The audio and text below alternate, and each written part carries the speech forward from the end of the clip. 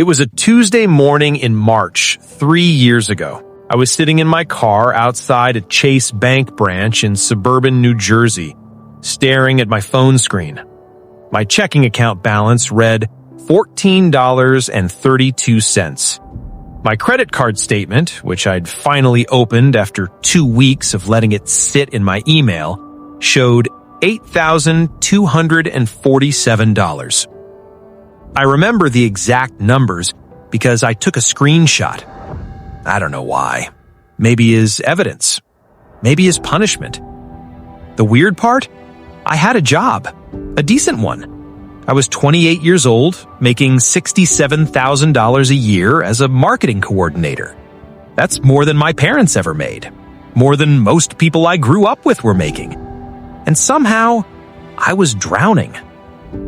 Let me back up. I graduated college in 2016 with $32,000 in student loans and a degree in communications. Pretty standard. My first job paid $38,000, which felt like a fortune because I'd been making $11 an hour at a campus bookstore. I moved to a city I couldn't quite afford because that's what you do when you're 22 and convinced that struggling in the right zip code is better than being comfortable in the wrong one. My rent was $1,450 for a room, not an apartment, a room, in a 3-bedroom walk-up in Brooklyn. Do the math. After taxes, I was taking home maybe $2,400 a month. Rent ate half of that immediately. Then there was the subway pass, the phone bill, the student loan minimum payment of $340. I had about $400 left for groceries, utilities, laundry, and everything else that defines living. But here's what nobody tells you about being young and broke in an expensive city. You can't act broke, not if you want to keep your job, maintain your relationships, or preserve whatever's left of your sanity. My coworkers went to happy hours at places where a single cocktail cost $16. They did weekend brunches where splitting the check still somehow came to $45 per person. They talked about concerts, sample sales, that new restaurant everyone was trying. And I went along, because saying I can't afford it felt like admitting failure, like confessing that I wasn't actually supposed to be there. So I started using credit cards. Just for the gaps, I told myself. Just until I got a raise. Just until I figured things out. The first time I carried a balance, it was $600. Then it was $1,200. Then I stopped checking. 2 years later, I got that raise. Then I got another job that paid even better, $52,000. Then another at $67,000. You'd think that would fix everything, right? More money in, debt goes down, problems solved. It didn't work that way. Because here's what happened. Every time my income increased, my sense of what I deserved increased with it. When I was making $38,000, I felt guilty buying $8 wine. When I was making $67,000, I convinced myself that $40 wine was reasonable. I wasn't being extravagant, I was just appreciating quality. I was investing in experiences. I moved to a better apartment, $2,100 a month, but it had a dishwasher and a bedroom with actual walls. I bought nicer clothes because I had more important meetings. I upgraded my phone, my laptop, my noise-canceling headphones. None of it felt reckless. Every purchase had a justification. Every swipe of the card made sense in the moment. But the debt kept growing. $3,000, $5,000, $7,500. I started playing this game where I'd move balances between cards to take advantage of 0% APR promotions. I became an expert at reading the fine print, calculating minimum payments, timing transfers to avoid fees.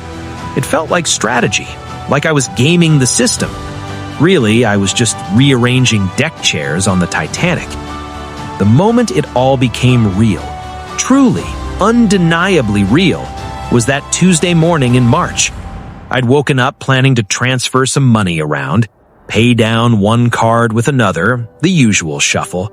But when I logged in, I saw that a payment had bounced. My checking account didn't have enough to cover the automatic minimum payment on one of my cards. That had never happened before. I'd always maintained the illusion of control. I might have been in debt, but I was managing it. I was responsible. But now there was a $35 overdraft fee and a $40 late payment on the credit card. And suddenly I was $75 deeper in a hole I couldn't see the bottom of. That's when I took the screenshot. That's when I sat in my car outside the bank, hands shaking, wondering how the fuck I'd gotten here. I didn't tell anyone. Not my parents, not my roommates, not my best friend from college who I talked to every week. Shame is a weird thing. It makes you hide the exact moments when you most need help. Instead, I did what I always do when I'm overwhelmed. I researched. I spent that entire evening reading about debt, budgeting, financial planning. I watched YouTube videos, read Reddit threads, downloaded apps. I learned about the debt avalanche method versus the debt snowball. I learned about YNAB and Mint and personal capital. I learned that I should have an emergency fund equal to 3 to 6 months of expenses. 3 to 6 months. I didn't have 3 to 6 days. But one thread I read stuck with me. Someone wrote, "You can't budget your way out of a math problem. If you spend more than you make, no app will fix that. You have two options, make more or spend less." So I made a spreadsheet, and I mean a real spreadsheet. Every single expense from the past 3 months, categorized, totaled, averaged. The number was $4,783 per month. My take-home was $4,100. There it was, the math. I'd been spending nearly $700 more than I made every single month for God knows how long. The credit cards weren't a bridge. They were a trap door, and I'd been falling through it so slowly I didn't notice until I hit bottom. I spent the next week living on peanut butter sandwiches and canned soup, trying to figure out what to cut. The streaming subscriptions were easy, $47 a month for services I barely used. Gone. The gym membership I visited twice a month, $89, canceled. But the big expenses, rent, student loans, transportation, those were fixed. I couldn't move mid-lease. I couldn't default on the loans. I needed the subway to get to work. I was left staring at the remaining variable spending, groceries, going out, shopping, miscellaneous. That's when I realized something uncomfortable. The lifestyle I'd built wasn't based on what I earned. It was based on what I wanted to earn. I'd been living like the person I hoped to become in 5 years, funding it with credit I'd have to pay back in reality. I made some rules. No eating out unless someone else was paying. No online shopping, period. No buying anything that wasn't groceries, toiletries, or transportation for 2 months. I told my friends I was doing a no-spend challenge because that sounded intentional rather than desperate. The first month was the hardest. Not because I was suffering, I wasn't starving, I had a roof over my head, I had more than most people in the world. But because I was suddenly aware of every small transaction I'd been making unconsciously. Coffee on the way to work, $4.50. That's $90 a month. That's $1,080 a year. Lunch at the office because I didn't feel like packing, $12. That's $240 a month if I did it 5 times a week. The $6 bodega iced tea after a bad meeting. The $15 face mask because I was stressed. The $23 Uber instead of the subway because it was raining. Death by 1,000 small conveniences. I started packing lunch. I made coffee at home in a travel mug I'd gotten as a corporate gift 3 years earlier and never used. I walked 40 minutes instead of taking the subway when the weather was decent. It felt virtuous at first, like I was finally being responsible. But after a few weeks, it just felt exhausting. Because here's what no one tells you about cutting spending. It's not just about money. It's about identity. Every time my coworkers made plans and I declined, I felt like I was admitting something. Every time I scrolled Instagram and saw people my age traveling, buying furniture, going to weddings in nice outfits, I felt behind. Not financially behind, existentially behind. Like I'd missed some crucial instruction manual that everyone else received about how to be an adult who has their shit together. But I kept going, because the alternative was pretending, and pretending had stopped working.